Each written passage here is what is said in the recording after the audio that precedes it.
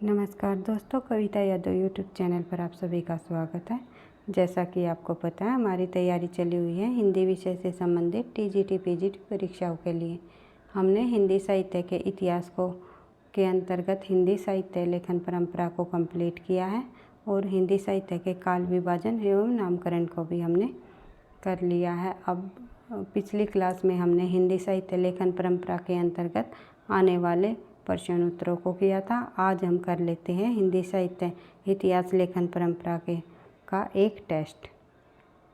आप लोगों ने एक एक क्वेश्चन का आंसर लिख लेना है साइड में कॉपी पेन लेकर के, और फिर कमेंट बॉक्स में आपने बताना है कि आपके कितने मार्क्स रहे। पहले क्वेश्चन देख लेते हैं, फिर मैं बाद में सभी क्वेश्चन कंप्लीट होने के बाद इनको एक्सप्लेन करते हुए इनके आंसर बता दूँगी।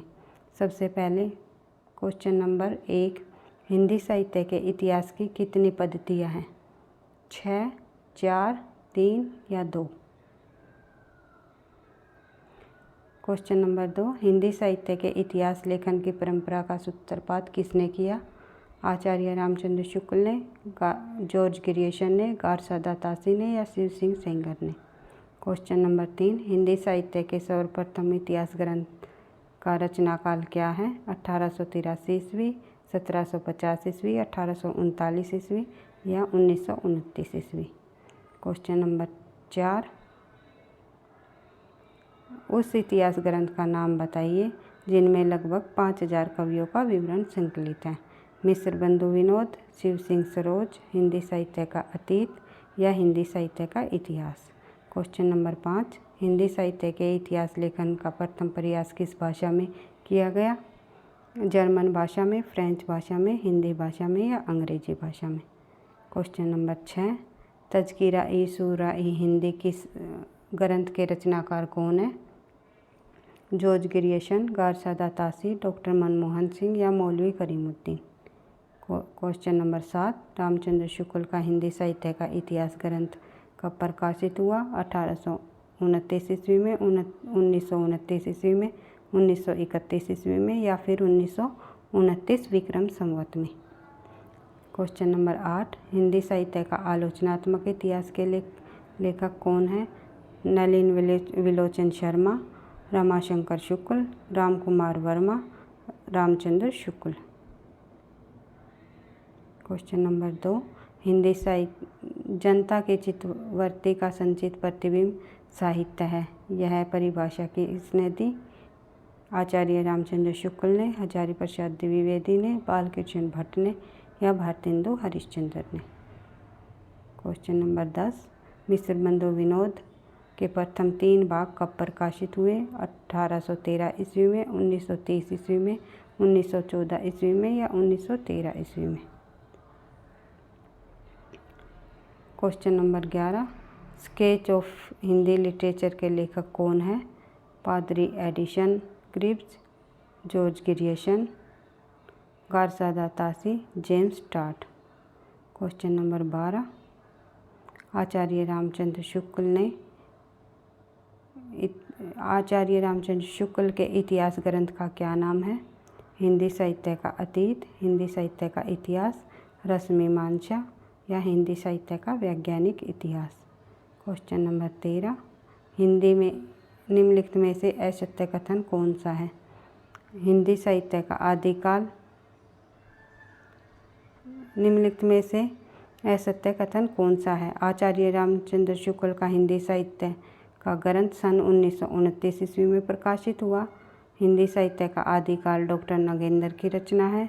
शिव सिंह सरोज में लगभग 1000 कवियों का विवरण है या गारसा दातासी हिंदी साहित्य के इतिहास के प्रथम लेखक हैं? क्वेश्चन नंबर 14, निम्नलिखित में से अशुद्ध मिलान को छांटिए। शिव सिंह सरोज, शिव सिंह सेंगर, राजस्थानी भाषा और साहित्य, मोतीलाल मेहनारिया, हिंदी साहित्य का वैज्ञानिक इतिहास, सर जॉर्ज ग्रियर्सन, हिंदी साहित्य का वैज्ञानिक इतिहास, डॉक्टर गणपति चंद्र गुप्त? नेक्स्ट क्वेश्चन है क्वेश्चन नंबर 15, ये हमारा अंतिम क्वेश्चन है। नागरी प्रचारणी सभा द्वारा प्रकाशित हिंदी साहित्य के व्यर्थ इतिहास में कुल कितने खंड हैं? 16, 12, 10 और 15। आई होप आप लोगों ने इन क्वेश्चनों के आंसर लगा लिए होंगे। तो पढ़ते हैं हम थोड़ा और आगे एक्सप्लेनेशन की तरफ। क्वेश्चन नंबर 1 देख लेते हैं, इसका सही आंसर क्या होगा। हिंदी साहित्य के इतिहास की कितनी पद्धतियाँ हैं? सही आंसर हो जाएगा बी, 4। हिंदी साहित्य इतिहास की 4 पद्धतियाँ हैं। कौन कौन सी पद्धतियाँ रही हैं हिंदी साहित्य इतिहास की? नंबर 1 वर्णानुक्रम पद्धति, नंबर 2 काल कर्मानुक्रम पद्धति, नंबर 3 विधेयवादी पद्धति और नंबर 4 वर्णानुक्रम, कालानुक्रम, विधेयवादी पद्धति और नंबर 4 वैज्ञानिक पद्धति। वैसे तो हिंदी साहित्य इतिहास की प्रमुख 4 पद्धतियाँ हैं, लेकिन एक पद्धति और भी है, समाजवादी पद्धति। देख लेते हैं हम।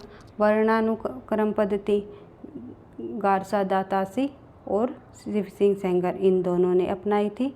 फिर कालानुक्रम जॉर्ज ग्रियर्सन और मिश्र बंधुओं ने अपनाई। फिर आए हमारे रामचंद्र शुक्ल, इन्होंने विधेयवादी पद्धति को अपनाया।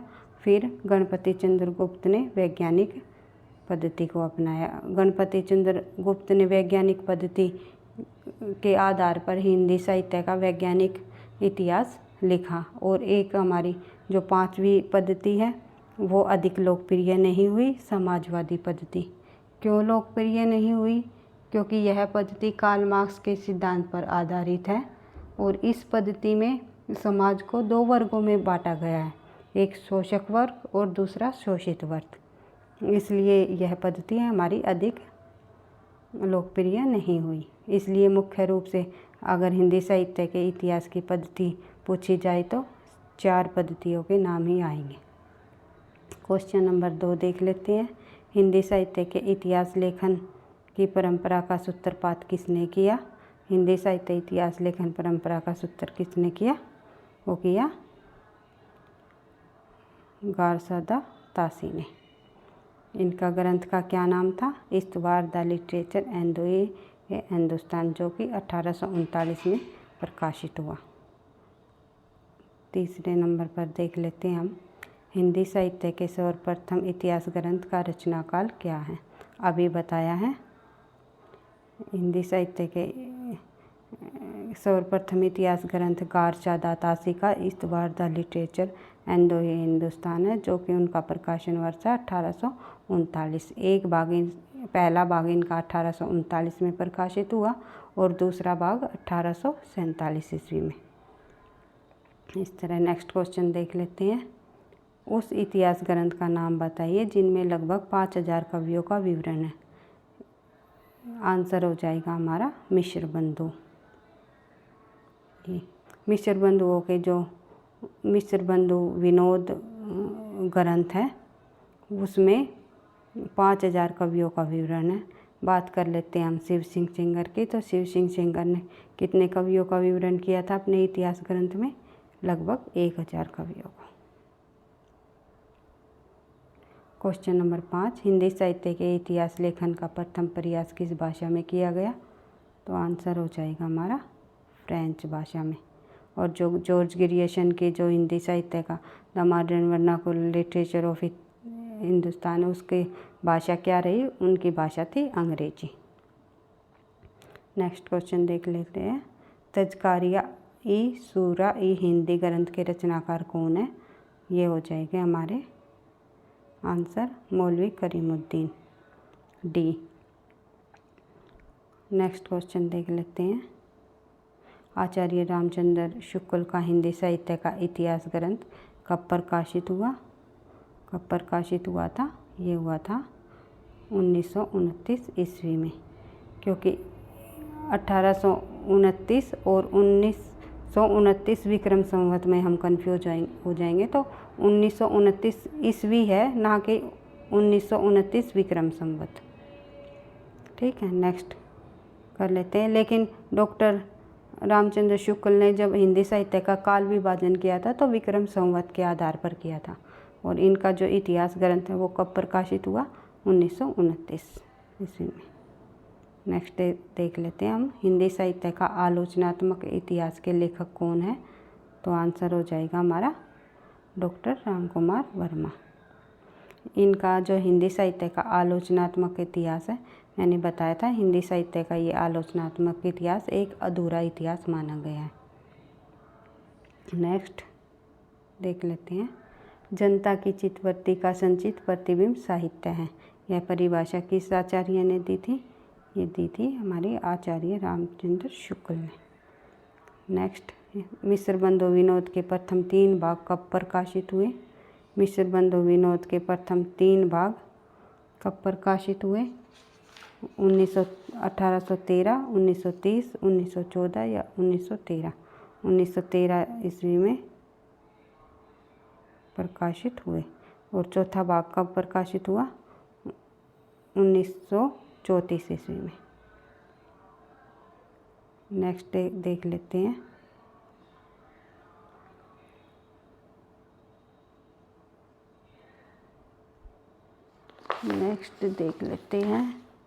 आचार्य रामचंद्र शुक्ल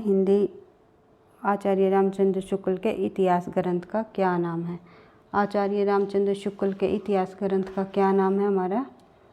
आचार्य रामचंद्र शुक्ल के इतिहास ग्रंथ का नाम है हिंदी साहित्य का इतिहास।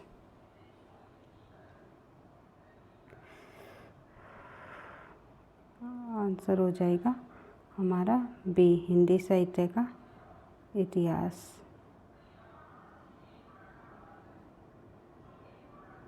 कैसे होगा? 1 मिनट भाई। बढ़ते हम थोड़ा और आगे। Question number 11, sketch of Hindi literature के लेखक कौन है? तो आंसर हो जाएगा द पादरी एडिशन ग्रिप्स। नेक्स्ट क्वेश्चन देख लेते हैं, आचार्य रामचंद्र शुक्ल के इतिहास ग्रंथ का नाम क्या है? तो हमारा आंसर हो जाएगा हिंदी साहित्य का इतिहास। और हिंदी साहित्य का वैज्ञानिक इतिहास किनका है? डॉक्टर गणपति चंद्रगुप्त का। हिंदी साहित्य का अतीत विश्वनाथ त्रिपाठी का। और इससे अगला क्वेश्चन देख लेते हैं हम, निम्नलिखित में से असत्य कथन कौन सा है? आचार्य रामचंद्र शुक्ल का इतिहास ग्रंथ 1929 ईस्वी में प्रकाशित हुआ, बिल्कुल सही है। हिंदी साहित्य का आदिकाल डॉक्टर नगेंद्र की रचना है, ये भी बिल्कुल सही है। शिव सिंह हिंदी साहित्य का आदिकाल, यही हमारा गलत आंसर हो जाएगा। ये डॉक्टर नगेंद्र की रचना नहीं है, क्योंकि ये है हमारे डॉक्टर हजारी प्रसाद द्विवेदी की। नेक्स्ट है, शिव सिंह सरोज में लगभग 1000 कवियों का विवरण हुआ, बिल्कुल सही है। गारसादा तासी हिंदी साहित्य के इतिहास के प्रथम लेखक है, ये भी बिल्कुल सही है। आंसर हो जाएगा बी, हिंदी साहित्य का आदिकाल किनकी है? डॉक्टर हजारी प्रसाद द्विवेदी की। इन्होंने किस सन में ये ग्रंथ लिखा था? 1952 ईस्वी में प्रकाशित किया गया ग्रंथ है। और हिंदी साहित्य का उद्भव और विकास भी 1952 ईस्वी में प्रकाशित हुआ। और इनका और भूमिका कब प्रकाशित हुई? 1940 ईस्वी में। इन्होंने 3 ग्रंथ लिखे, एक 1940 ईस्वी में हिंदी साहित्य की भूमिका के रूप में, और दूसरा हिंदी साहित्य का आदिकाल और हिंदी साहित्य का उद्भव और विकास, जो कि 1952 ईस्वी में प्रकाशित हुए। नेक्स्ट क्वेश्चन देख लेते हैं हम, निम्नलिखित में से अशुद्ध मिलान को छांटिए। शिव सिंह सरोज, शिव सिंह सेंगर, बिल्कुल सही है। राजस्थानी भाषा और साहित्य मोतीलाल मेहनारिया, ये भी बिल्कुल सही है। हिंदी साहित्य का वैज्ञानिक इतिहास जॉर्ज ग्रियर्सन, ये गलत है। आंसर हमारा यही हो जाएगा। नेक्स्ट है, हिंदी साहित्य का वैज्ञानिक इतिहास गणपति चंद्रगुप्त, बिल्कुल सही है। जॉर्ज ग्रियर्सन के ग्रंथ को हम बार बार पढ़ चुके हैं। इनके ग्रंथ का नाम है the modern vernacular literature of Hindustan, जो कि 1888 ईस्वी में एक एशियाटिक सोसाइटी ऑफ बंगाल पत्रिका के विशेषांक के रूप में प्रकाशित की गई थी। भाषा रही थी इनकी अंग्रेजी। बढ़ते हैं थोड़ा और आगे अपने अंतिम क्वेश्चन की तरफ। नागरिक प्रचारणी सभा द्वारा प्रकाशित हिंदी साहित्य का व्यर्थ इतिहास में कुल कितने खंड है? तो आंसर हो जाएगा हमारा 16। अगर ये पूछ लिया जाए हिंदी नागरिक प्रचारणी सभा द्वारा प्रकाशित हिंदी साहित्य के व्यर्थ इतिहास में वर्तमान में कुल कितने खंड है, तो हमारा आंसर हो जाएगा 18। अगर ऑप्शन में 18 नहीं है तो सबसे पहले 16 खंड किए गए थे, फिर उसके बाद 2 खंड और जोड़ दिए गए, 18 हो गए वर्तमान में 18। क्योंकि हिंदी साहित्य नागरिक प्रचारणी द्वारा प्रकाशित जो हिंदी साहित्य का व्यर्थ इतिहास है, ये व्यर्थ मतलब बड़ा इतिहास का नाम क्यों रखा गया? क्योंकि इसमें लगभग 100 कवियों से भी अधिक लेखकों ने अपनी भूमिका अदा की है। इन्होंने अलग अलग तरह से अपने हिंदी साहित्य का इतिहास लिखने का प्रयास किया था। एक इतिहास ग्रंथ इन्होंने 100 लेखकों से भी अधिक लेखकों द्वारा लिखा गया इतिहास ग्रंथ है ये एक, इसीलिए इनको एक व्यर्थ इतिहास का नाम दिया गया। नेक्स्ट क्वेश्चन अब हमारा और नहीं है। आई होप आपको वीडियो पसंद आई होगी। मिलते हैं हम अगले क्लास में नए टॉपिक के साथ हिंदी साहित्य के आदिकाल के। हिंदी साहित्य के आदिकाल को हम फिर शुरुआत से उसको समझते हुए बेसिक नॉलेज लेते हुए आगे वे मुख्य तथ्यों को हम पढ़ेंगे जो टीजीटी पीजीटी परीक्षा में बार बार पूछे जाते हैं। नेट की परीक्षा में बार बार आते हैं, टीजीटी पीजीटी की परीक्षा में हम उन्हीं तथ्यों को बार बार रिवाइज करते हुए याद करते हुए चलेंगे। आई होप वीडियो आपको पसंद आई है।